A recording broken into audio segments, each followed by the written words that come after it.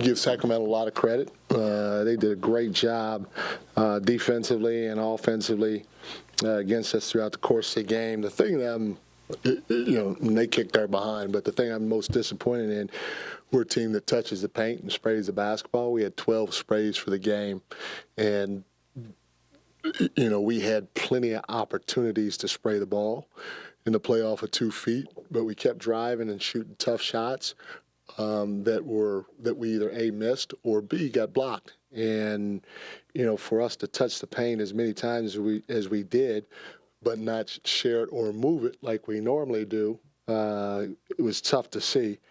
The next thing is, we're a no middle team, and we gave up middle drive after middle drive after middle drive.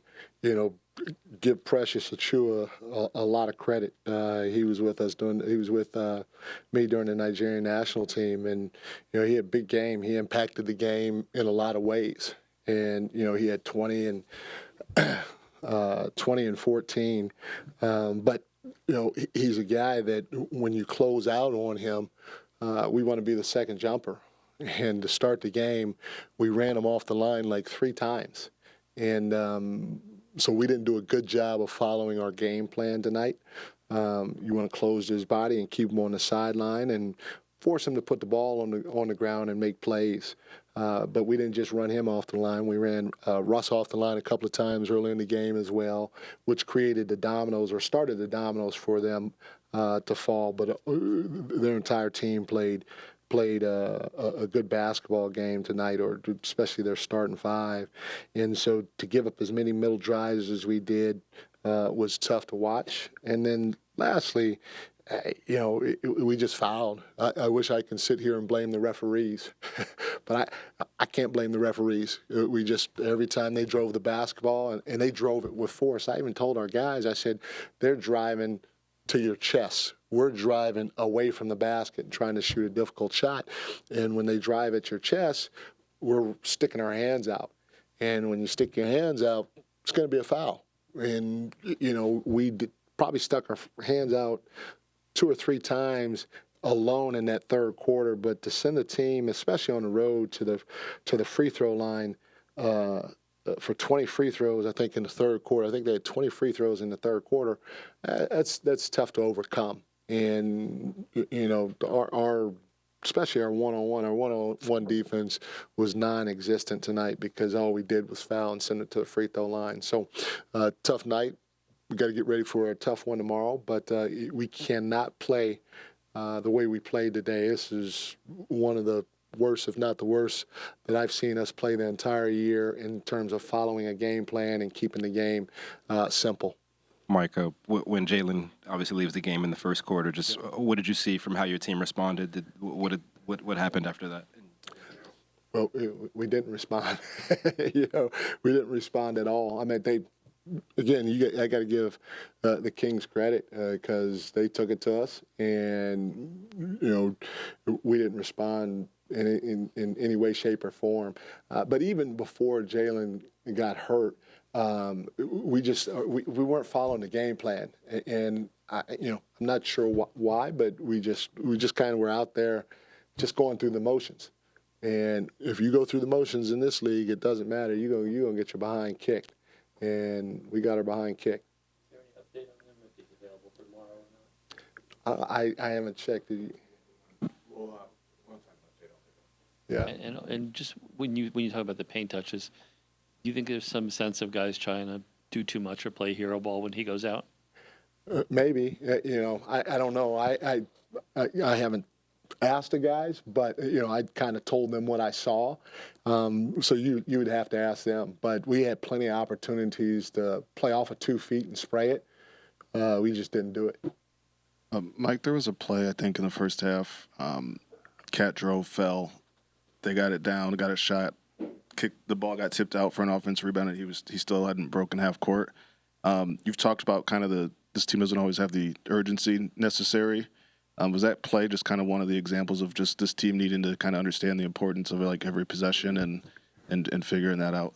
Yeah, I call it next play speed. He drove, or something happened where he fell down. I think it was he drove. He fell down. When you fall down, you got to get up. You got to sprint down the floor. And even if you're the last guy down the floor, you got to get down there just in case there's a long rebound. But there was no urgency. Now, that wasn't the only play. There were a handful of plays where we did that, but there was no sense of urgency on that particular play to get back. And it was a 5-point swing. If he at least gets down the floor, long rebound, he's going to get it because he's trailing the play. But, we watched the play at halftime, and he didn't even cross half court, and that's part of that sums up, what our night was. Mike, pregame, you had a moment with Kings owner for background at Dibe. Any Yeah. insight into that conversation that you had? He was just saying hello. That's all. Yeah. And how weird is it going to be tonight, leaving the stadium with the beam lit and them cheering light the beam at the end of the game? It's not weird. They kicked our behind. I'd be cheering that too. I'd like the beam too. So I mean, it's not weird at all. It's a ball game. I don't care who we play, who we would have played tonight. If we played that way, I'd be disappointed. Starting with me, I'd be disappointed. I'd be disappointed in myself and the rest of the team because we it was sad, but we didn't play the way we were capable of playing. And when you do that, you're gonna get your behinds kicked. And we got our behinds kicked. Were you kind of surprised that Babette came over to speak to you before the game? No, I mean, you'd have to talk to him about that. But, it was a nice gesture, and we just said hello and just a simple exchange. That's all. Yeah. And what do you think about the ovation that the fans gave you? Like I said, man, I had a great time here. The fans were fantastic. We enjoyed living here, and so I appreciate it. There's a lot of love for the fans here, but in the same breath too, we're happy as hell in New York, and we enjoy the organization, we enjoy the fans there, and we enjoy where we live. So. Mike, so just kind of looking back at this, it's good to see you, by the way. Good to see you for sure. Was it an emotional night, kind of overall looking back at it, and how are you taking it at this point? You just kind of looking to get past it? No, again, we had I had a great time here. My family had a great time here, and we got our behinds kicked, and we talk about the game, and we get ready for the next one. That's what this league's about. You got 82 of them. You got to take them one at a time, and you got to keep trying to coach and get better, and then move on to the next one. And that's kind of how it is. But it's always, like I said, I enjoyed my time here, so it was good to be back for sure. You talked about trying to keep guys back on this way, back on that way. Where do you feel like, how do you characterize the state of the locker room right now during this tough stretch that you guys are going through? The tough part about it is we played pretty good basketball in Portland.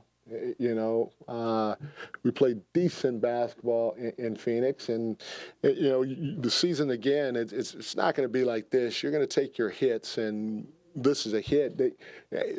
Like I said, the tough part about tonight is there were some controllables that we didn't control, and when you see that, that's what makes it more disappointing. But we're definitely not going to win all 82. We're not going to win out the rest of the year. We're going to have our peaks and valleys. Hopefully we do this more than the other way, and we just keep trying to get better from our wins and our losses. Thank you, guys.